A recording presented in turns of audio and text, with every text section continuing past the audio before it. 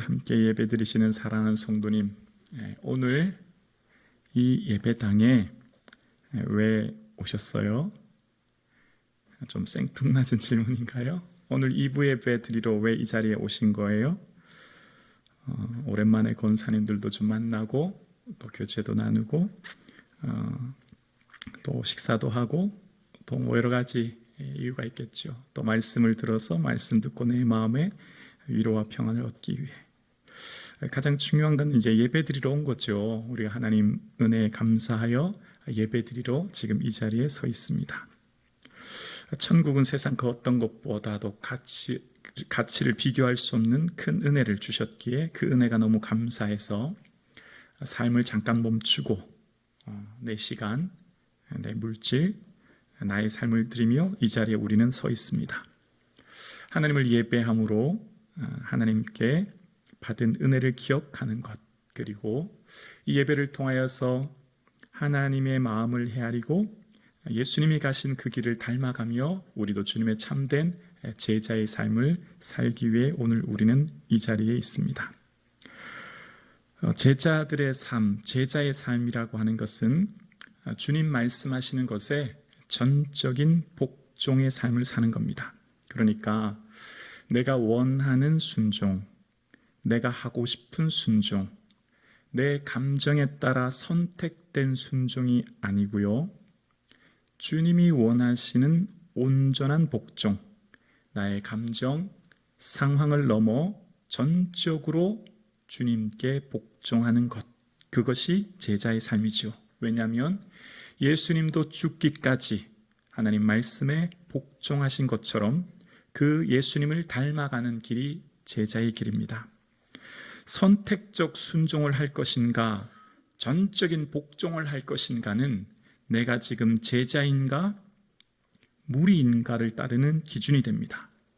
예수님을 따랐던 수많은 사람들이 있었습니다. 그 이유는 대부분 예수님 따라다니면 떡을 먹고 배부르고 병자 고치는 기적을 보기 위해서입니다. 심지어 성령을 받기 전에 제자들도 예수님 따라다닌 이유가 더 높은 자리에 오르기 위함이었죠. 그래서 예수님 당시에 따랐던 수많은 사람들은 예수님이 십자가 지실 때 다 뿔뿔이 흩어졌습니다. 그런데 참된 제자는 끝까지 남고 성령의 충만함으로 그들의 삶을 들여 죽을 때까지 그 생명 바쳐 헌신하는 복종의 삶을 살았습니다. 나의 감정, 기분, 상황 중심의 나 중심의 선택적 순종이 아니라 한철 순종이 아닌 예수 중심의 전적인 복종의 삶을 사는 겁니다. 오늘 설교 주제가 좀 무겁죠. 여러분 표정도 좀 힘드실 것 같은데요. 오늘 본문 당시 이스라엘은 로마의 속국이었습니다. 강대국 로마의 지배를 받았는데 이스라엘의 민족의 정체성을 지키는 유일한 방법은 율법을 준수하는 것이었습니다. 율법 준수가 곧 이스라엘의 정신, 정체성, 그들의 삶을 지키는 최후의 보루로 여겼기 때문에 율법을 허물려고 하는 어떠한 세력도 유대인들은 묵과할 수 없었습니다. 그래서 사도 바울은 이 율법을 충실히 수호하고 더 이상 이 율법이 무너지는 것을 방치하지 않기 위해서 끝까지 모든 세력을 잔멸하려고 애를 씁니다. 그리고 다메섹으로 가던 도중에 갑자기 알 수 없는 큰 빛과 알 수 없는 사람의 음성을 듣고 눈이 멀게 됩니다. 바울의 삶 가운데 가장 절망적인 상황을 맞게 된 겁니다.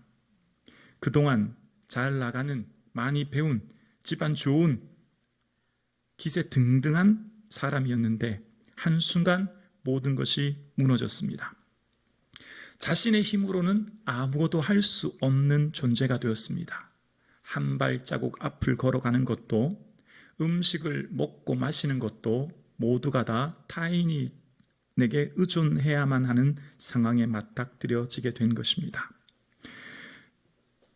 모든 것을 잃어버린 암담한 상황, 어둠 속에 갇힌 존재로 이제 모든 것을 잃은 그는 두려움과 공포 그 자체를 만난 것입니다. 사도 바울이 다메섹에 오던 중에 눈이 멀었다라고 하는 소문이 다메섹에 있는 많은 교회에 소문이 났을 것이고, 그 소문을 통해서 사람들은 이야기했을 것입니다. 아, 하나님이 살아계시구나. 하나님이 본보기를 보여주셨구나.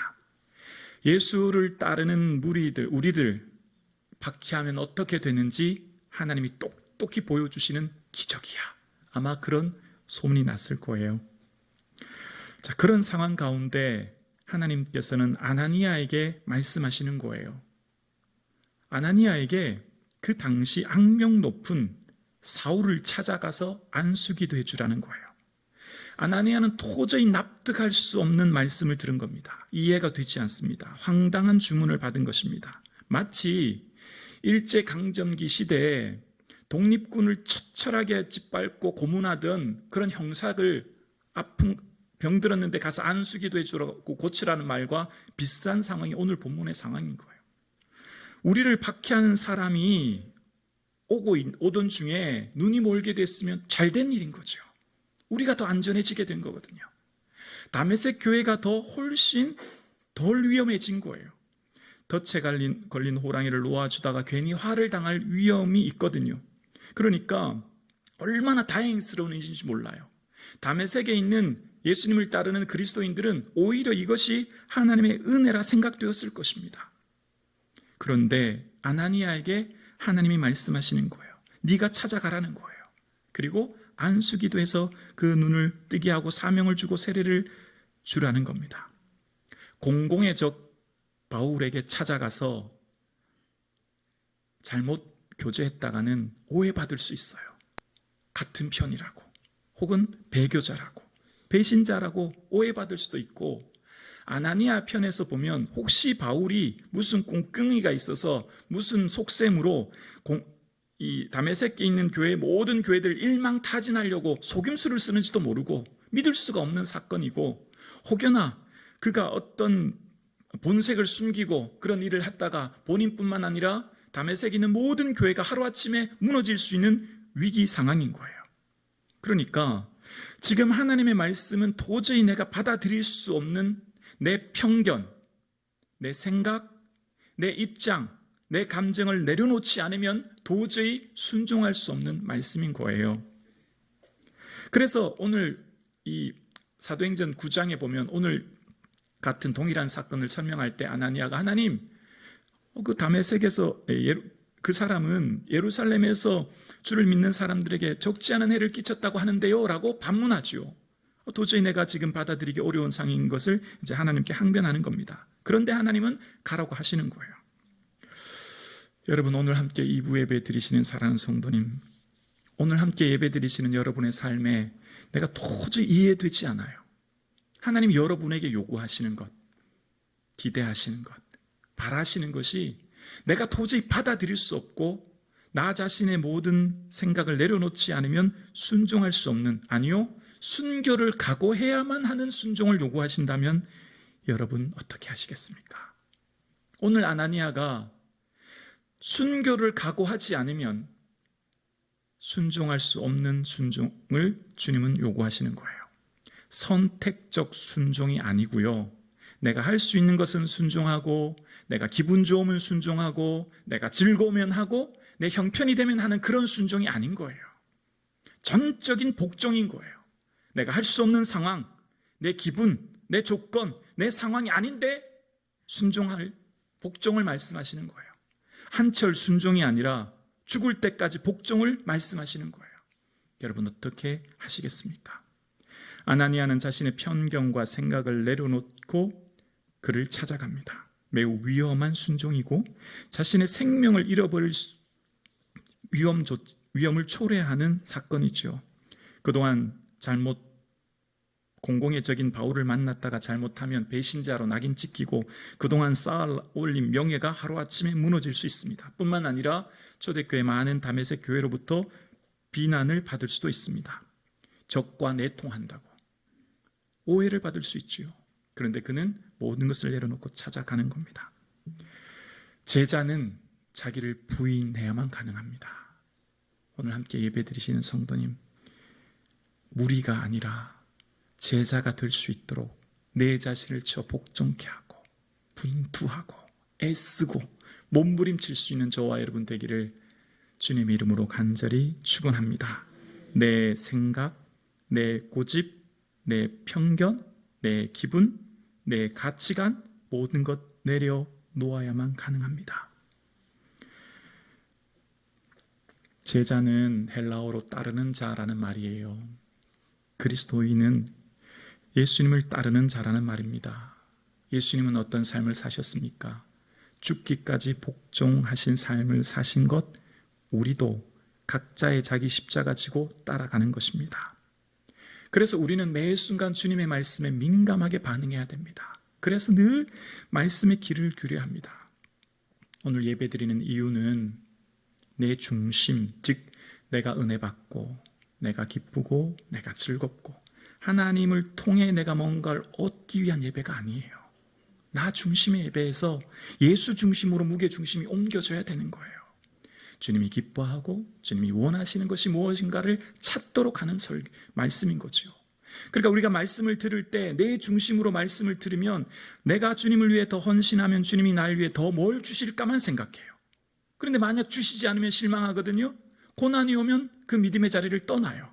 그러나 무게중심이 나에게서 예수 그리스도로 옮겨지면 주님을 위해 내가 어떻게 살까로 그 삶이 바뀌어지는 거예요. 구원의 은혜에 감사하기 때문에 봉사하는 거예요. 뭘 얻기 때문에 이상을 넘어가는 거죠. 그 차원을 넘어서는 거예요. 그러니까 선택적 순종을 넘은 전적인 복종으로 자기 사랑을 넘은 예수 사랑으로 삶이 바뀌는 거예요. 말씀을 깊이 들으면 어떻게 될까요? 말씀을 통해 하나님에 대한 갈망이 생겨야 되는 거예요. 예수 그리스도에 대한 갈증이 더 생기게 되는 거예요. 주님을 더 알고자 하는 마음이 생기게 하는 것이 말씀을 통해 우리에게 주시는 은혜인 거죠. 오늘 말씀이 좀 부담스러우시죠? 사랑하는 성도님, 여러분 예수님에 대해서 얼마나 관심을 가지고 계세요? 예수님에 대해서 얼마나 알고 계세요? 여러분 A4 용지 예수님에 대해서 한번 써보세요. 얼마나 아시는지. 별로 없을걸요? 앞뒷면 채우기 힘들걸요? 예수님에 대한 알미 점점 늘어가고 계시나요? 하나님에 대한 알미 점점 커가시나요? 바른 신앙은 예수님에 대한 깊은 알미 전제가 되어야 합니다. 그러니까 말씀을 끊임없이 읽지 않고 끊임없이 기도하지 않은 균형 잡히지 않은 신앙생활은 우리를 병들게 할 수 있어요. 주의해야 되는 거죠. 하나님 말씀에 귀를 기울이지 않고 하나님 어떤 분인가에 대해서 관심을 기울이지 않는 채 내 중심의 신앙생활을 하면 내 열심, 자기 희열, 자기 만족으로 그칠 위험이 있는 거예요. 말씀을 묵상하면서 바르게 목회하는 게 뭘까를 고민하게 되었어요. 하나님 보시기에 바른 목회, 하나님이 올바로 평가하는 목회가 어떤 것일까? 모든 성도들이 듣기 좋아하고 듣기 원하는 하나님이 성경 말씀이 바로 가르치는 것을 이야기하고 설교하기보다 성도님들이 원하고 듣기 원하는 성도님들의 필요를 채우기 위한 설교, 성도님들의 만족, 감동, 갈망을 해소하기 위한 설교, 그래서 성도님들이 은혜 받았다라고 하는 것에만 포커스를 두면 매우 위험해지겠다 생각되었습니다. 그러니까 성경이 말씀하시고 계신 그대로를 날 것 그대로를 전해서 성경이 각자의 삶에 말씀하시는 때로는 책망하고 때로는 교훈하여 성령의 조명하심 안에 자기를 돌아보게 하는 것. 그래서 설령 성도들이 떠난다고 해도, 좀 과격하게 말하면 교회가 설령 망한다고 해도 그렇게 바른 말씀을 전해야 된다 생각되어집니다. 그런데 막상 말씀을 준비하면 성도님들의 삶의 자리가 너무 어려운 거예요. 한 주일 말씀을 듣고 새 힘 얻고 위로를 얻고 삶을 새롭게 나가고 싶은 게 목사의 마음이거든요. 그러니까 성경 말씀 그대로 날 것 그대로를 전하기가 참 어렵다는 생각을 하게 되었어요. 그러면서